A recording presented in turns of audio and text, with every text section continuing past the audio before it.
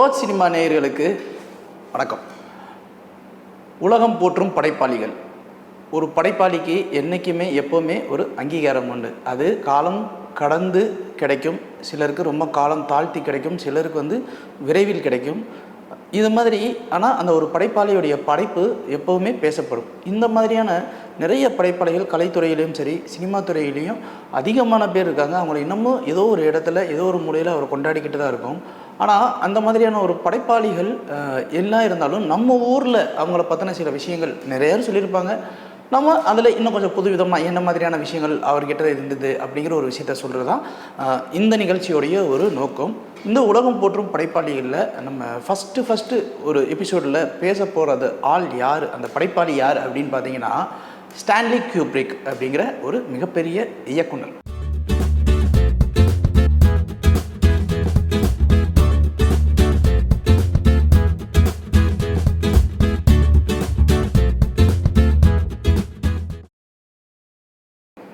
யார் இந்த Stanley Kubrick அப்படிங்கிறது இப்போலாம் சமீப காலங்களாக நிறைய பேர் சர்ச் பண்ண ஆரம்பிச்சிடாங்க, எல்லாமே தெரிய ஆரம்பிச்சிடாங்க அப்படின்னு சொல்லிட்டு நமக்கே தெரிஞ்சிடும். ஸ்டான்லி கியூப்ரிக்னு ஒரு வார்த்தையை போட்டால் போதும், உடனே அப்படியே அடித்து தள்ளிடுவாங்க.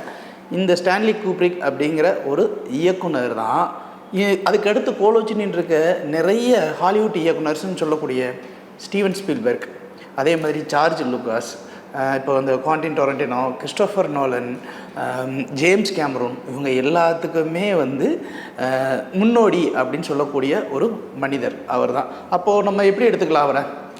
தி ஃபாதர் ஆஃப் மாடல் சினிமா அப்படின்னு ஒன்று சொல்லலாமா? த ஃபாதர் ஆஃப் நவீன உலக சினிமாக்களின் தந்தை அப்படின்னு கூட அவர் வச்சுக்கலாம். ஏன் இதை நவீன உலக சினிமாக்களின் தந்தை அப்படி என்ன அவர் பண்ணிட்டார்? அகிரா குரோசாவோட பெரியாளா, இவரோட பெரியாளா, ஹிட்ச்காக்கோட பெரியாளா, மஜிதோட பெரியாளா அப்படின்லாம் ஒரு கேள்விகள் வரும். ஒவ்வொருத்தவங்க ஒவ்வொரு துறையில் பெரியாள். இவர் ஏன் பெரியாள், அது மாடல் சினிமாவில் ஏன் பெரியாள் அப்படிங்கிறதுக்கு நம்ம கண்டிப்பாக ஒரு காரணம் சொல்லி ஆகணும். இது காரணம் சொல்லணும்னா நம்ம சிம்பிளாக சொல்லிட வேண்டாம். அவருடைய பர்சனல் லைஃப்பில் சின்ன சின்ன விஷயங்களையும் அவருடைய படங்களையும் வச்சு நம்ம ரெஃபர் பண்ணி சொல்லிடலாம். இப்போது ஃபார் எக்ஸாம்பிள் ஸ்டான்லி கியூப்ரிக் அடிப்படையில் ஒரு கேமராமேன். அவர் வீட்டில் அவருக்கு ஒரு கேமரா வாங்கி கொடுத்துருக்காங்க. அந்த கேமராவை வச்சுட்டு அவர் என்ன பண்ணியிருக்காரு, அப்போல்லாம் அந்த பாக்ஸர்ஸ் விளையாடுறது, அந்த பாக்ஸர்களோடைய ஃபோட்டோஸை எடுத்து அதை அந்த ஃபோட்டோ ஜேர்னலிஸ்ட்டாக எடுத்து கொண்டு போய் கொடுக்குறது, அதில் ஒரு காசு சம்பாதிக்கிறாரு. ஸோ இந்த பாக்ஸிங் காம்படிஷன் எங்கேயெல்லாம் நடக்குதோ அதையெல்லாம் ஃபோட்டோ எடுக்கிற ஒரு பெரிய ஃபோட்டோகிராஃபர். இப்படி இவர் ஃபோட்டோ எடுத்து இதை வெளியில் கொடுத்து அதுக்கு மூலமாக வர வருமானத்தை வச்சு நண்பர்கள்கிட்ட கொஞ்சம் பணம் வாங்கி அவர் ஒரு படம் எடுக்கிறாரு. இந்த விஷயத்தை நம்ம சொல்கிறதுக்கு அடிப்படை காரணம் இருக்குது. ஏன்னா நிறைய பேருக்கு ஸ்டீவன் ஸ்பீல்பர்க்கு தெரியும். ஸ்டீவன் ஸ்பீல்பர்க்கு முன்னாடி என்ன சொல்லுவார்னா, என்கிட்ட ஒரு 8mm கேமரா எங்கள் அப்பா வாங்கி கொடுத்தாரு, ஸோ அதை வச்சு தான் நான் எல்லா ஒரு விஷயத்தையுமே நான் பண்ணேன் அப்படின்னு சொல்லுவார். இப்போ இருக்கிற கிறிஸ்டோஃபர் நோலனையும் இதில் நம்ம கம்பேர் பண்ணலாம். ஏன்னா கிறிஸ்டோஃபர் நோலனும் எனக்கு ஒரு கேமரா வாங்கி கொடுத்தாங்க, அதை வச்சு என்ன பண்ணுறேன்னு அப்படியே கொஞ்சம் கொஞ்சமாக படம் எடுத்து நான் பழகிக்கிட்டேன் அப்படிங்கிற அந்த ஒரு விஷயத்தை சொல்லியிருக்காங்க. ஸோ இந்த 3 பேருக்குள்ள அடிப்படை ஒற்றுமை என்னென்னா, அடிப்படையில் அவங்கக்கிட்ட இருந்த ஒரு கேமரா. ஸோ இந்த கேமரா வச்சுட்டு இது பண்ணணும். அதில் இப்போ டிஜிட்டல் ஆகிடுச்சு. நம்ம எப்படி என்ன ஆங்கிளில் வேணால் எப்படி வேணாலும் ஃபோட்டோ எடுத்துக்கலாம். பட் அன்றைக்கெல்லாம் அப்படி கிடையாது. ஃபிலிம் ரோல், இது ஒரு ரோல் கொடுக்குறாங்க அப்படின்னா அந்த ரோலில் ஒரு ஃபோட்டோ 2 ஃபோட்டோ தான் எடுக்க முடியும். நம்ம பாட்டுக்கு இஷ்டத்துக்கெல்லாம் வளைச்சி நினைச்சலாம் எடுக்க முடியாது. அப்படி இருக்கும்போது அவருடைய அந்த படத்தில் ஒவ்வொரு ஃப்ரேம் சென்ஸும் எப்படி வந்துச்சு அப்படின்னு கேட்குறதுக்கு அவர் சொல்கிற ஒரு பதில் என்னென்னா, நான் ஒரு ஃபோட்டோ எடுக்கிறேன் அப்படின்னா அந்த 2 நிமிஷம் கேப்பில் இது என்ன மாதிரியான மோடில் வரணும், எப்படி இருக்கணும், இந்த க்ரௌடு எப்படி இருக்கணும், இது என்ன ஸ்ட்ரக்சர், இது என்னோட போஸ்டர் அப்படின்னு சொல்லி எல்லா விஷயத்தையும் நான் அனலைஸ் பண்ணி அதுக்கேற்றாப்புல நான் வெயிட் பண்ணி அந்த டைமுக்கு வரும்போது கரெக்டாக நான் கிளிக் பண்ணுவேன். ஸோ தட் எனக்கு அது கரெக்டாக கிடச்சிரும் அப்படின்னு சொல்லி அவர் சொல்லியிருக்காரு. ஸோ தட் அந்தளவுக்கு அவருடைய அப்சர்வேஷன் அந்தளவுக்கு ரொம்ப கீனாக இருந்ததுனால தான் அவருடைய ஃபோட்டோகிராஃபி எந்த அளவுக்கு பளிச்சுன்னு இருந்திருக்கு அப்படிங்கிற அது ஒரு விஷயம். சரி, இப்படி அவரோட பர்சனல் லைஃப்பில் அவர் இந்த மாதிரியான ஒரு ஆர்ட் ஃபார்முக்கு பயங்கர இம்பார்ட்டன்ஸ் கொடுத்த ஒரு மனிதர். இவர் ஃபஸ்ட்டு ஒரு படம் பண்ணுறாரு. அந்த படத்துடைய பெயர் ஃபியர் அண்ட் டிசைர். மனுஷன் முதல் படத்துல என்ன பண்ணலாம், ஒரு 4 பேர் போர் பஞ்சாயத்துக்காக போகிற இடத்துல ஒரு பொண்ணை பார்க்குறாங்க. பொண்ணை பார்க்கும்போது இந்த தப்பிச்சு போர் அந்த எதிராளிகிட்டேருந்து தப்பிச்சு ஒரு பொண்ணை பார்த்துட்டு தப்பிச்சு போகலாமா, இல்லை அந்த பொண்ணு கூட செட்டில் ஆகிடலாமா அப்படிங்கிற ஒரு டிஸ்ட்ராக்ஷனை வச்சு ஒரு படம் பண்ணியிருப்பார். ஸோ அதான் இது நம்ம இன்றைக்கி ரொம்ப அது ஈஸியாக இருக்கும். பட் 1950s அது எவ்வளோ பெரிய ஒரு விஷயம். ஸோ அப்படி ஒரு விஷயத்தை அவர் போர்ட்ரே பண்ணியிருப்பார். இங்கே ஆரம்பிக்கிற ஒரு பிரச்சனை, அவர் எல்லா படத்துலையுமே ஏதாவது ஒரு வித்தியாசமான ஒரு விஷயங்களை புகுத்தணும்னே அவர் ஆசைப்பட்டிருக்காரு. கிட்டத்தட்ட 13 படங்கள் அவர் எடுத்திருக்காரு அவருடைய வாழ்நாள் முழுசும். ஒரு 3 டாக்குமெண்ட்ரி எடுத்திருந்திருக்காரு. மொத்தத்துக்கே அவர் அவ்வளோதான் எடுத்திருந்திருக்காரு. ஆனால் ஒவ்வொரு படமுமே ஒவ்வொரு வித்தியாசத்தை கொடுத்துருந்துருக்கு. அதுதான் ரொம்ப முக்கியமான ஒரு விஷயம். இப்போ நம்ம ஃபஸ்ட்டு ஃபேர் அண்ட் டிசைன் சொல்கிறோம். அதே மாதிரி கில்லர்ஸ் கிஸ் அப்படிங்கிற ஒரு படம், அது 2வது படம். த கில்லிங் அப்படிங்கிற அடுத்து ஒரு 3வது படம். இப்படி அவர் ஒவ்வொரு படத்துலையுமா தன்னுடைய பதிவுகளை வந்து கொஞ்சம் முன்னாடி வைக்கிறாரு. இப்படி அவர் வைக்கும்போதும் அவருடைய பிரச்சனை எங்கே ஆரம்பிக்குது அப்படின்னா, ஸ்பார்டகஸ் அப்படிங்கிற அந்த ஒரு படத்தில் ஆரம்பிக்குது. ஸ்பார்டகஸ் அப்படிங்கிற அந்த ஒரு படத்தில் என்ன பிரச்சனை வருதுன்னா, அந்த படத்துடைய ஹீரோவும் ஸ்டான்லி குப்ரிக்கும் நண்பர்கள். எதனால் நண்பர்கள்னா, பாட்ஷா க்ளோரி படத்தில் அவங்க 2 பேரும் ஒரு நல்ல நண்பர்களாக இருக்காங்க. இப்போ இந்த இடத்துல வந்து இவர் எல்லாமே பண்ணிக்கிட்டே இருக்கும்போது, எனக்காக வந்து இந்த படத்தை டைரக்ட் பண்ணி கொடுங்க அப்படின்னு சொல்கிறாங்க. டைரக்ட் பண்ணி கொடுங்க அப்படின்னு சொல்லும்போது 2 பேருக்குள்ளேயும் சண்டை வர ஆரம்பிக்குது. என்ன சண்டை வராங்கன்னா, ஹீரோ பயங்கரமாக டாமினேட் பண்ணுறாரு. அதே மாதிரி ஸ்டான்லி குப்ரிக் வந்து காம்ப்ரமைஸ் ஆகாத ஒரு ஆள். அப்போது வேறு வழியே இல்லாமல் கேமராமேன் ஒன்று சொல்கிறாரு, இவர் ஒன்று சொல்கிறாரு. இப்படி எல்லாருக்குள்ளேயும் சண்டை வருதுன்னும் போது அன்றைக்கி முடிவு பண்ணுறாரு ஸ்டான்லி குப்ரிக்கு, இனிமேல் நம்ம தான் கமாண்டிங் பவராக இருக்கணும், வேறு எவனும் கமாண்டிங் பண்ணக்கூடாது அப்படிங்கிற ஒரு முடிவு எடுக்கிறார். அது காரணம் என்னன்னா, அவர் இதுக்கு முன்னாடி எடுத்த படங்கள் எல்லாமே வந்து அவரே தான் கேமராமேன். த கில்லர்ஸ் கிஸ்ஸும் சரி, த கில்லிங்கும் சரி, அவரே தான் எடிட்டர். ஸோ அதனால் வந்து அவருக்கு ஒரு ஃபுல் ஃப்ரீடம் இருந்துச்சு. ஸோ அவுட் சோர்ஸில் ஒரு படம் பண்ணும்போது இந்த பிரச்சனை இருக்குது அப்படிங்கிறதுனால அதுக்கு அப்போ முடிவு பண்ணுற மனுஷன் அதுக்கப்புறம் வந்து டோட்டலாக எல்லாத்தையும் உடச்சி, நம்ம எடுக்கிறோம் அப்படின்னா நம்ம தாண்டா இந்த படத்துக்கு வேறு யாருமே இருக்கக்கூடாதுங்கிறது மட்டுமே ஃபோக்கஸ் பண்ணி படம் ஒவ்வொரு படமாக அவர் எடுக்க ஆரம்பிக்கிறார். ஸோ இப்படி தான் அவர் வந்து படங்கள் ஒவ்வொரு படத்தையும் அவர் சூஸ் பண்ண ஆரம்பிக்கிறதும் எடுக்க ஆரம்பிக்கிறதும். இப்படி அவரோட கரியரில் வந்து ஒவ்வொரு படத்தையும் ஏதாவது ஒன்று சூஸ் பண்ணணும், எடுக்கணும் அப்படின்னு யோசிக்கும்போது, லைஃப்பில் இன்றைக்குமே வந்து ஒரு ஒரு ஒரு சைக்கலாஜிக்கல் ஹாரர் ஃபிலிம் அப்படின்னா நம்ம எல்லோரும் சொல்லக்கூடிய ஒரு படம் தி ஷைனிங். தி ஷைனிங் படத்தை வந்து பேசாத சினிமா துறை சார்ந்தவங்க யாருமே இருக்க மாட்டாங்க. இன்னும் பல பேர் வந்து அது லைப்ரரியில் வச்சு கொண்டாடப்பட்ட ஒரு படம். அதை செட்டு போட்டு எடுக்கப்பட்ட படமா அப்படின்னு சொன்னால் யாருமே நம்ப மாட்டாங்க. ஏதோ இன்னமும் அந்த ஒரு டைட்டில் ஒன்று இருக்கும். ஷைனிங் படத்தோடைய அந்த ஒரு டைட்டில் ஷாட்டில் வந்து ஒரு இப்போ ட்ரோன் ஷாட்டுன்னு சொல்லுவோம். அப்போ அது ஒரு ஹெலிகாப்டர் ஷாட்டு. அந்த ஒரு ஹெலிகாப்டர் ஷாட்டு, அதோடைய மியூசிக்கு, அதோடைய அந்த மோடு, இந்த கிளஸ்ட்ரோஃபோபியா அப்படின்னு ஒன்று சொல்லக்கூடிய ஒரு விஷயம். ஒரு பேய் அப்படின்னா நம்ம என்ன நினைப்போம், ஒரு பேய் உருவம் வந்தால் தான் பேய், இது வந்தால் தான் பேய் அப்படிங்கிறதுலாம் கிடையாது. ஒரு பேய் அப்படிங்கிறது அந்த வீடே ஒரு நெகட்டிவ் எனர்ஜியில் இருந்தாலே அது ஒரு பேய் தான் அப்படிங்கிற அந்த ஒரு விஷயத்தை வந்து அழுத்தி அப்படி சொல்லுவார். ஒரு பெரிய ரைட்டர் அவனுடைய மனச்சிதைவை அவனை எப்படியெல்லாம் ஆக்கியிருக்கு அப்படிங்கிற அந்த ஒரு விஷயத்தை வந்து அந்த படம் முழுசும் சொல்லிக்கிட்டு இருப்பார். இப்போ ஒரு ரைட்டரு பொதுவாகவே ரைட்டருக்கு என்ன கற்பனை வளம் ரொம்ப முக்கியம். இப்போ டைப்ரைட்டர் இருக்கும், அதை தாண்டி அவனோட கற்பனை திறனில் அவனோட கற்பனை வளம் ஒரு விஷயத்தை இருக்குது அப்படின்னும்போது, அதே மாதிரி அளவுக்கு அதிகமான ஆல்கஹால், சிகரெட், இது எல்லா ஒரு விஷயம், ஒரு அமைதியான ஒரு இடம், இந்த இடத்துல அவன் பார்க்குற விஷயங்கள் எல்லாமே ரொம்ப ரொம்ப தப்பான அமானுஷமான ஒரு விஷயமா தெரியுது. அது என்ன ஏது ஒரு ஸ்டீஃபன் கிங் அப்படிங்கிற ஒரு மிகப்பெரிய நாவலிஸ்ட் எழுதின கதையை தான் வந்து குப்ரிக் அந்த படமாக எடுக்கிறாரு. ஸ்டீஃபன் கிங் பொதுவாக ஒரு ரைட்டருக்கு வந்து ஒரு நாவலிஸ்ட்டுக்கு வந்து எப்போவுமே ஒரு கர்வம் ஜாஸ்தியாக இருக்கும். என்ன கர்வம்னா, ஏன் நாவலை நீ படம் எடுக்கும்போது அதுக்கு உண்டான அந்த ஒரு விஷயத்தை வந்து தெளிவாக காட்டணும் அப்படின்னு சொல்லிட்டு ஸ்டீஃபன் கிங் மாதிரியான நாவலிஸ்ட் இப்போவும் நிறைய பேர் அதில் வந்து குறை சொல்லிக்கிட்டே தான் இருப்பாங்க. நான் எதன் அடிப்படையில் அந்த நாவலை எழுதணும், நீ அதை சதைச்சிட்ட அப்படின்ற கோபம்லாம் நிறையா நாவலிஸ்ட்டுக்கு உண்டு. ஆனால் இந்த நாவலிஸ்டான ஸ்டீஃபன் கிங் அவர்கள் இந்த ஷைனிங் படத்தை முடிச்சதுக்கப்புறம், நான் நாவலில் எழுதுனதை விட குப்ரிக் படமாக எடுத்தது தான் சூப்பராக வந்திருக்கு அப்படின்னு சொல்லி ரொம்ப பெருமைப்பட்டார்.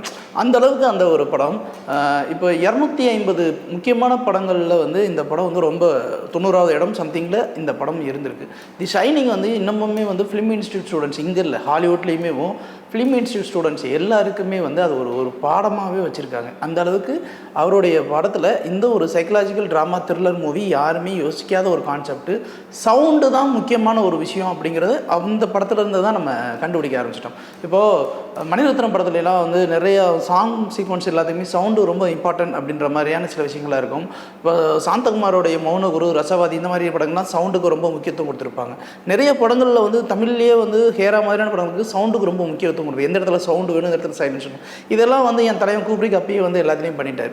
அதே மாதிரி இந்த நம்ம கிறிஸ்டோபர் நோலனுடைய படங்கள் எல்லாத்தையுமே ரொம்ப யோசிப்போம் இல்லையா. அதாவது இப்போ ரீசெண்டாக அந்த ஓப்பன்ஹைமர் அப்படிங்கிற அந்த ஒரு படம், அப்புறம் வந்து அதுக்கு முன்னாடி வந்து பார்த்தீங்கன்னா இன்செப்ஷனாக இருக்கட்டும், இன்டர்ஸ்டெல்லராக இருக்கட்டும், இந்த எல்லா படத்துக்குமே வந்து முன்னோடி எந்த படம் தெரியுங்களா, இந்த என் தலைவன் ஸ்டான்லி குப்ரிக்கோடைய ஸ்பேஸ் ஒடிசி அப்படிங்கிற ஒரு படம். 2001 ஸ்பேஸ் ஒடிசி. 50 வருஷத்துக்கு முன்னாடி இந்த ஸ்டான்லி குப்ரிக் ஒரு படம் எடுக்கணும்னு ஆசைப்படுறாரு. அது வந்து ஒரு சைஃபை படமாக இருக்கணும்னு ஆசைப்படுறாரு. 50 வருஷத்துக்கு அப்புறம் இந்த உலகம் எப்படி இருக்கும் அப்படிங்கிற கற்பனையில் ஒரு படம் பண்ணுறாரு. இன்றைக்கி நமக்கு இவ்வளோ டெக்னாலஜி வந்து க்ரீன் மேட்டு, ஒயிட் மேட்டு, ப்ளூ மேட்டுன்னு என்னத்தையோ மேட்டு சொல்கிறோம். என்னமோ சிஜிஐ, விஎஃப்எக்ஸ், அது இதுன்னு ஏகப்பட்ட ஒரு விஷயங்கள்லாம் நம்ம பேசிக்கிட்டு இருக்கோம் இல்லையா?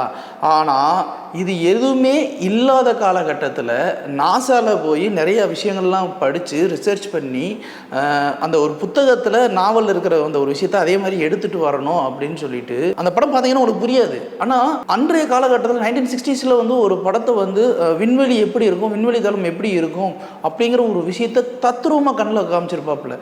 எப்படி அது இது சாத்தியமே இல்லையே அப்படிங்கிற அளவுக்கு நமக்கு தோணியிருக்கும். இந்த ஒரு படத்துடைய இன்ஸ்பிரேஷன் தான் கிட்டத்தட்ட 5 இயக்குநர்களை உருவாக்கியிருக்கு. அந்த 5 இயக்குநர்கள் நான் முன்னாடியே சொன்ன மாதிரி Steven Spielberg, James Cameron, George Lucas யார் அப்படின்னு சொல்லி கேட்டுறாதீங்க. ஸ்டார் வார்ஸ் இதோடைய ஒட்டுமொத்த கிரியேட்டருமே அவர் தான். ஸோ அதுக்கப்புறம் கிறிஸ்டோஃபர் நோலன், குவாண்டின் டாரண்டினோ, இந்த 5 பேர் தான். இந்த 5 பேருடைய படைப்புகள் வித்தியாசமாக இருக்கலாம், ஆனால் இது எல்லாமே இன்ஸ்பயர் ஆனது ஒரு விஷயம். இதில் கிறிஸ்டோஃபர் நோலன் அடிப்படையில் வந்து இன்டர்ஸ்டெல்லர் படமாக இருக்கட்டும், ஓப்பன்ஹைமராக இருக்கட்டும், இந்த 2 படத்துக்குமே வந்து அஸ்திவாரம் ஆணிவேர் அப்படின்னா அவரே சொல்வார் கூப்ரிக் தான் இதுக்கு முக்கியமான ரீசன் அப்படின்வார். ஏன் கூப்ரிக் இதில் முக்கியமான ரீசன் அப்படின்னு நம்ம சொல்கிறோம் அப்படின்னு பார்த்தீங்கன்னா, இப்போ ஓப்பன்ஹைமர் படம் என்ன அப்படிங்கிற நமக்கு தெரியும். ராபர்ட் ஓப்பன்ஹைமருடைய ஒரு back story, the modern physics அப்படின்னு சொல்லுவாங்க இல்லையா, அந்த மாடர்ன் ஆஃப் அட்டாமிக் பாம் அப்படிங்கிற அந்த ஒரு விஷயத்தை வந்து அவர் கண்டுபிடிச்சிருக்காரு. அப்படிங்கிற அந்த ஒரு விஷயம், ஹைட்ரஜன் பாம்புன்றது ஒன்று கண்டுபிடிச்சி எப்படிலாம் அதை வந்து பிளாஸ்ட் பண்ணாங்க அப்படிங்கிற ஒரு விஷயம் இருக்கு இல்லையா. ஒரு அணுகுண்டுனால என்னென்ன பிரச்சனைகள் வரும், ஐன்ஸ்டீன் ஏன் ஒதுங்கி இருந்தார், அமெரிக்காவில் அமைதியாக இருந்தாருங்கிற ஒரு விஷயமும் அந்த படம் பேசும் இல்லையா. இந்த அணுகுண்டு ஒரு நாட்டுக்கு இருக்கிற பிரச்சனை என்ன அப்படிங்கிறத சர்காஸ்டிக்காக நம்ம இன்றைக்கி பிளாக் ஹியூமர் அப்படின்னு நம்ம சொல்கிறோம் இல்லையா, அதை அவர் அப்போவே வந்து டாக்டர் ஸ்ட்ரேஞ்ச் அப்படின்ற ஒரு டைட்டிலும் ஆர் லவ் அப்படின்னு ஒரு பெருசாக ஒரு புத்தகம் மாதிரி எழுதி வச்சுருப்பார். அதில் வந்து ஒரு பிளாக் ஹியூமராக ஒரு பிளாக் அண்ட் ஒயிட் படத்தில் ஒரு 3 நாட்டு அதிபர்கள் வந்து உட்காந்து பேசிகிட்டு இருக்கும்போது இந்த நாட்டில் நான் கொண்டு போட்டேன்னா என்ன ஆகும், அந்த நாட்டில் கொண்டு போட்டால் என்ன ஆகும் அப்படிங்கிற அந்த ஒரு பொலிட்டிக்கல் ட்ராமாவே வந்து ரொம்ப அழகாக சூப்பராக வந்து பிளாக் ஹியூமராக ஒன்று பண்ணியிருப்பார். அது நமக்கு இப்போ புரியாது, ஆனால் வந்து இப்போ இருக்கிற அந்த கரண்ட் சினாரியோ படித்து பார்த்துட்டு நமக்கு அதை பார்க்குறோம்னா வேறு லெவலில் இருக்கும். ஸோ இது எல்லாமே எங்கேருந்து ஆரம்பிக்குது அப்படின்னா, இந்த டாக்டர் ஸ்ட்ரேஞ்சும் அதே மாதிரி வந்து ஸ்பேஸ் ஒடிசியில் இருந்தால் கிறிஸ்டோஃபர் நோலன் ஒரு விஷயத்தை இன்ஸ்பயர் ஆகிறாரு. இதில் வந்து ஸ்டான்லி குப்ரிக் ஒரு விஷயம் என்ன இருந்துச்சுன்னா, இந்த மாதிரி பிளாக் ஹியூமர் இந்த ஒரு விஷயம்லாம் பண்ணுறாரு. அதே மாதிரி அதுக்கு முன்னாடி ஒரு படம் பண்ணுறாரு. என்ன படம்னா, அந்த ஸ்பார்டகஸ்க்கு அப்புறம் லோலிட்டா அப்படிங்கிற ஒரு படம், நம்ம ஊரோட லோலிட்டான்னு ஒரு பாட்டுலாம் வரும் இல்லையா, அந்த லோலிட்டா அப்படிங்கிற படம் 1990களில் வந்த படம் இல்லை, 1962 ஒரு படம். அது என்னென்னா கல்ச்சருக்கு வந்து முரணாக இருக்கிற ஒரு விஷயம் அப்படின்னா, இப்போது இன்றைக்கி நம்ம ஊரில் டைவர்ஸ் அப்படிங்கிற ஒரு விஷயம் சர்வசாதாரணமான ஒரு விஷயம். அப்போவுமே கூட வந்து இந்த ஸ்டெப் ஃபாதர் அப்படிங்கிற ஒரு விஷயம் ஏற்றுக்கொள்ளப்படாத ஒரு விஷயமாக தான் இன்னமும் ஓடிக்கிட்டு இருக்கு. அவர் அப்போவே என்ன மனுஷன் கதை எழுதியிருந்திருப்பாருன்னா, ஸ்டெப் ஃபாதர் அதாவது வளர்ப்பு தந்தை, அதில் வந்து அந்த வளர்ப்பு தந்தைக்கும் அந்த அவங்க அம்மாவுக்கும் அந்த குழந்தை ஒன்று இருக்கும் இல்லையா, ஒரு 16 வயசு விடலை பெண்ணு, அவங்களுக்கும் இந்த ஸ்டெப் ஃபாதருக்கும் நடக்கிற அந்த காதல் தான் ஒரு கதையாக எடுத்து வச்சுருப்பாப்புல. நம்ம ஊரில் ரெட்டைவால்குருவி படம் வரும்போது பாலுமேந்திரா வந்து நிறைய பெண்கள் வந்து திட்டுறாங்க, நீங்கள் எப்படி சார் இந்த மாதிரியான ஒரு படம் எடுக்கலாம், ஒரு ஒய்ஃப் இருக்கும்போதே இன்னொரு ஒய்ஃப் ரூட் விடுறாரு அப்படின்றதெல்லாம் எப்படி எடுக்கலாம் அப்படின்லாம் வந்து கேள்விப்பட்டாங்க. ஆனால் அங்கே வந்து இதில் ஒரு பெரிய பிரச்சனை, சர்ச்சைகளுக்கே உள்ளாச்சு இந்த படம். இவ்வளோ சர்ச்சைகளையும் தாண்டி தான் ஸ்டான்லி குப்ரிக் வந்து இந்த மாதிரி கல்ச்சர் எல்லாத்தையும் உடைச்சார். பிரேக் த ரூல்ஸ் அப்படிங்கிற எல்லா விஷயத்தையுமே அவர் உடைச்சதுக்கு காரணமே என்னென்னா, இதெல்லாம் வேண்டாம், இதெல்லாம் உடச்சி நொறுக்கணும் அப்படின்னு சொல்லி ஒன்று பண்ணார். ஸோ இந்த மாதிரி பண்ணவர் கடைசியில் என்ன ஆயிடுச்சு, ஊரில் பிரச்சனை, அதுலேயும் பிரச்சனை அப்படின்னு சொல்லிட்டு லண்டனில் போய் செட்டில் ஆகிட்டார். லண்டனில் போய் செட்டில் ஆனதுக்கு இன்னொரு காரணம் இருக்குது, அவருக்கு ஃப்ளைட்டுனா பயம். அந்த ஃப்ளைட்டுனா பயம் அப்படிங்கிறதுனால அமெரிக்காவிலேருந்து லண்டனுக்கு கப்பல்லையே போய் அங்கேயே போய் செட்டில் ஆகி, அதுக்கப்புறம் அவர் ஏதாவது ஒரு படம் பண்ணணும்னா ஆர்டிஸ்ட் எல்லாத்தையும் அமெரிக்காவிலேருந்து இங்கே லண்டனுக்கு வர வச்சு தான் அவர் படம் பண்ண ஆரம்பிச்சிருக்காரு. ஸோ இந்த அளவுக்கு வந்து அவர் நிறைய விஷயங்கள்லாம் பண்ணுறாரு. அதுக்கடுத்து கிளாக் ஒர்க் ஆரஞ்ச் அப்படிங்கிற ஒரு படங்க. கிளாக் ஒர்க் ஆரஞ்ச் இந்த குவாண்டின் டாரண்டினோலாம் வந்து பயங்கரமாக இன்ஸ்பயர் ஆகி ஒரு படம் பண்ணுறாருல, வித்தியாசமான ஒரு படம். அதே மாதிரி பேக்ட்ராப்பில் வந்து ரொம்ப வயலன்ஸான ஒரு விஷயம் போடும்போது ஏதோ ஒரு பீத்தோவன் சாங்கை ஏதோ ஒன்று பண்ணிக்கிட்டே இருப்பாங்க இல்லையா.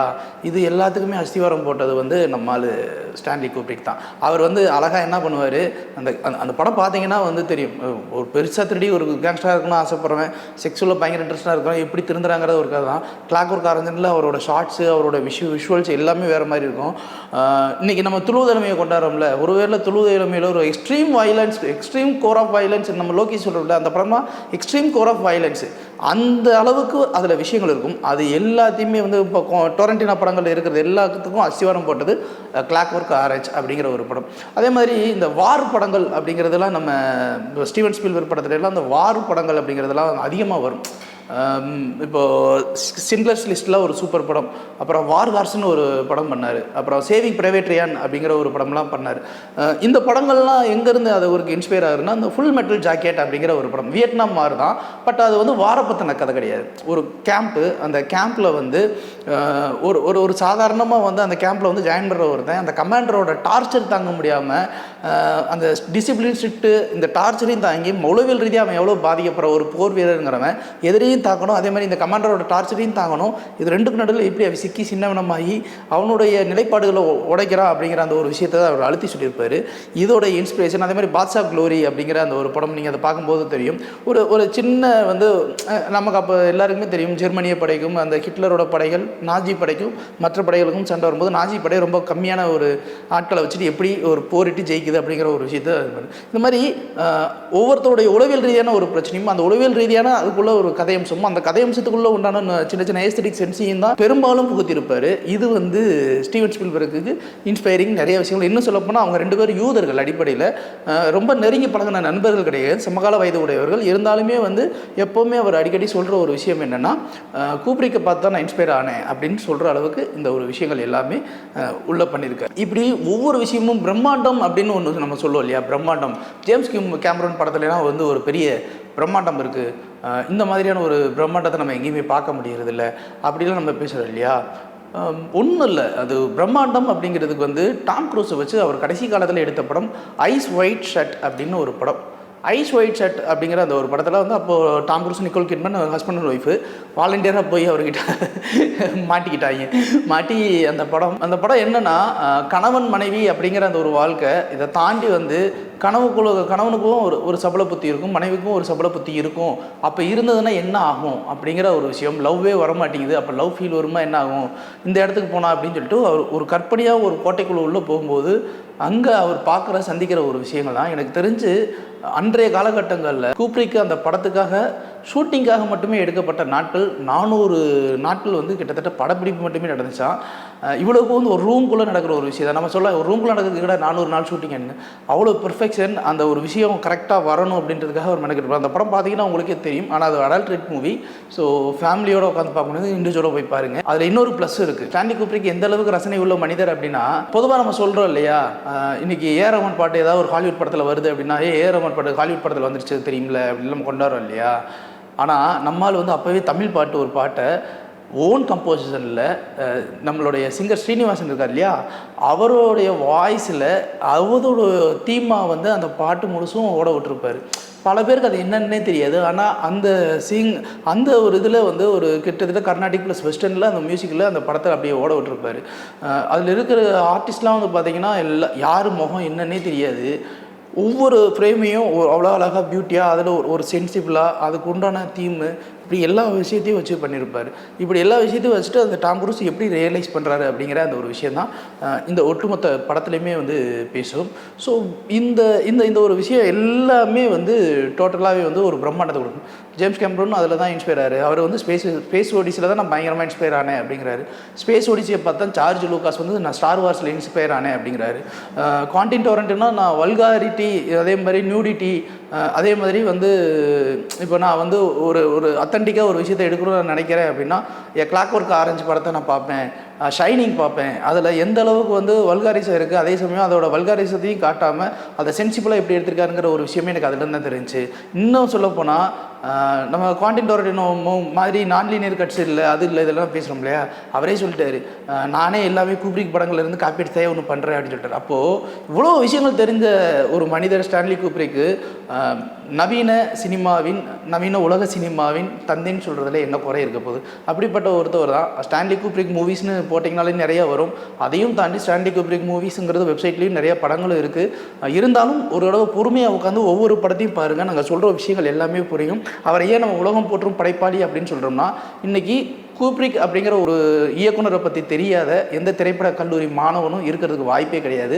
அந்தளவுக்கு கூப்ரிக்கோடைய படங்கள் அவ்வளோ இன்ஸ்பிரேஷனாக இருக்கும். ஸோ ஸ்டான்லி கூப்ரிக் நிஜமாகவே உலகம் போற்றும் ஒரு படைப்பாளி. மீண்டும் வேறு ஒரு நல்ல தரமான ஒரு படைப்பாளியை பற்றிய வரலாறோட நான் உங்களை வந்து சந்திக்கிறேன். அது வரைக்கும் நன்றி. இந்த வீடியோ உங்களுக்கு பிடிச்சிருந்தா லைக் பண்ணுங்க, ஷேர் பண்ணுங்க, கமெண்ட் பண்ணுங்க. மறக்காம OH சினிமா சேனலுக்கு சப்ஸ்கிரைப் பண்ணுங்க.